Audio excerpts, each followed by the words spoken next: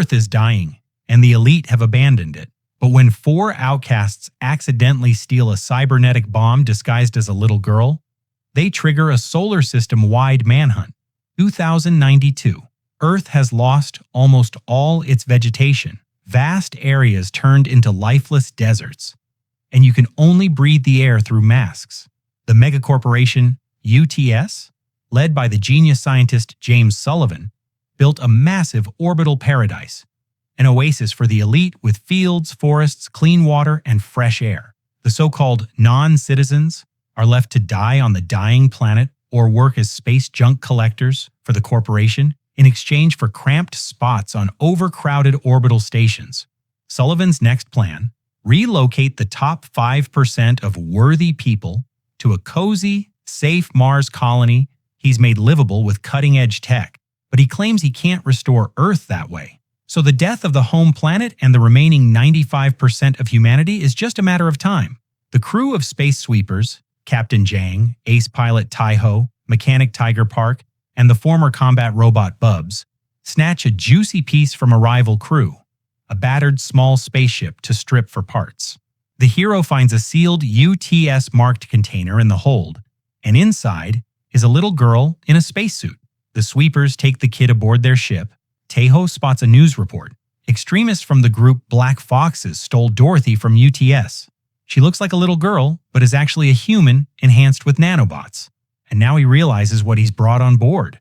Tai-Ho grabs Dorothy's backpack and bag, locks himself in the cockpit, and finds a phone with only one contact, someone named Kang. The crew hides out in a quiet spot and debates next moves. Tai-Ho says since Dorothy was with the Black Foxes, both UTS and the extremists are hunting her. Big money opportunity. He connects Dorothy's phone to a secure satellite channel, calls Kang, and the guy offers $2 million cash for the girl. Tai-Ho desperately needs the money. 3 years ago, their station was wrecked by space debris in a collision. After the crash, his daughter went missing. He's never given up hope of finding her, but search and rescue services cost a fortune. Tai-Ho and Tiger Park, wearing masks for cover and hiding the girl in a backpack, show up at the meet in a fancy nightclub. He meets Kang but doesn't notice the Space Guard squad watching. Orders to eliminate everyone in the deal. While the happy sweepers count the cash, Dorothy slips away. The club freezes. Everyone instantly recognizes the girl. Special forces open fire, but Dorothy throws up a force shield to protect the heroes, and they escape the wrecked club. Kang calls back with a new exchange offer for Dorothy. Tai-Ho is thrilled to restart the deal, but Tiger Park is dead set against it. He's grown attached to the girl over time. Plus, he suspects they'll just blow her up or take her apart once they hand her over. Meanwhile, a group in balaclavas tries to kidnap Dorothy. A fight breaks out. The sweepers win. The little one asks to use the bathroom, and Captain Jang realizes she's a real flesh-and-blood kid, the missing daughter of brilliant nanotech scientist Kang Hyun-woo. Jung shines a UV flashlight on the would-be kidnappers. They're all marked with Black Foxes tattoos. Turns out they're not terrorists, but an eco-activist group the authorities framed and sicked the space guards on. They need Dorothy because her father, Dr. Kang, injected her with nanobots to cure her terminal illness, turning her into a supergirl who can bring life back to dying Earth. The Black Foxes explain Sullivan, head of UTS, only terraformed the elite Mars colony thanks to Dorothy's powers. Now he's covering up that Earth could be revived too. In his twisted logic, the lower-class non-citizens should die out, so he has to eliminate the Supergirl. Dorothy is near immortal thanks to her nanobots, so he plans to lock her on the UTS satellite factory, detonate a hydrogen bomb there, and let the massive debris rain down on Earth, triggering a global cataclysm that wipes out billions of innocents. In open space, patrol ships chase them and fire missiles.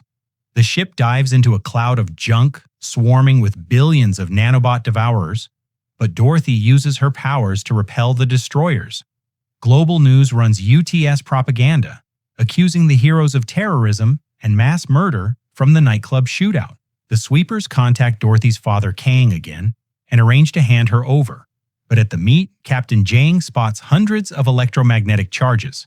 Massive EMP detonation fries all the ship's electronics, including Bubs and fighter ships surround them. Special forces kill the Black Foxes and Dorothy's father, then kidnap the girl. Sullivan appears on board, offers Taeho $4 million to keep quiet about everything, then leaves. Really, he just wants them to watch Earth die before he has them killed too. The hero takes his whole share to the search center to finally fund finding his daughter, but changes his mind, returns to the ship and friends.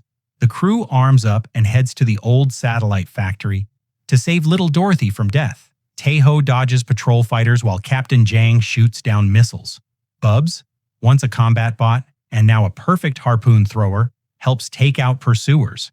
Soon Taeho pulls off an insane maneuver, atmospheric re-entry, followed by a steep dive at max thrust. The junk ship smashes into the factory sphere holding the massive hydrogen bomb and finds Dorothy. New problem. The detonator can't be stopped. Blast radius, 5,000 kilometers. They won't get clear in time, Dorothy's nanobots will fail, and her deadly disease will return. A female cyborg from Sullivan's squad infiltrates and beats the crew. But brave mechanic Tiger Park, ex-Mafia hitman, kills the cyborg by ejecting her into space. Hundreds of combat drones approach the abandoned factory. Captain Yang broadcasts an emergency call to all space sweepers for help. The battle erupts. Meanwhile, pilot Taeho pushes everything to escape the lethal zone for Dorothy. Villain Sullivan jumps into his personal robofighter, catches up, then crawls along the hull, hunting the girl. The junk container bays open. Tons of collected debris blast out. The mad antagonist sees the bomb. Turns out they left Dorothy on the factory. The heroes are carrying the deadly payload themselves to save the planet at the cost of their lives. The massive explosion happens at a safe distance. Seconds later, a sphere of ultra-tough nanobots bursts from the epicenter. Dorothy ordered them to shield the sweeper ship from destruction. Black Fox has leaked Sullivan's secret audio recording worldwide. In it, he brags about blowing up the satellite factory to unleash global cataclysms on Earth. He doesn't care about billions of genetic trash blocking the chosen elite from thriving. UTS denies everything about Sullivan's evil plans, then pays huge bonuses to all the sweepers who helped save the planet. The crew welcomes Dorothy into the team. Using her powers, she tracks the coordinates of Taeho's missing daughter. Robot Bubs upgrades her shell and becomes indistinguishable from a young Korean woman. Captain Jang quits drinking, Tiger Park removes his mafia tattoos, and Taeho finally buys those expensive sneakers he's dreamed of. And that's it. Subscribe, hit like, thanks for watching. Bye.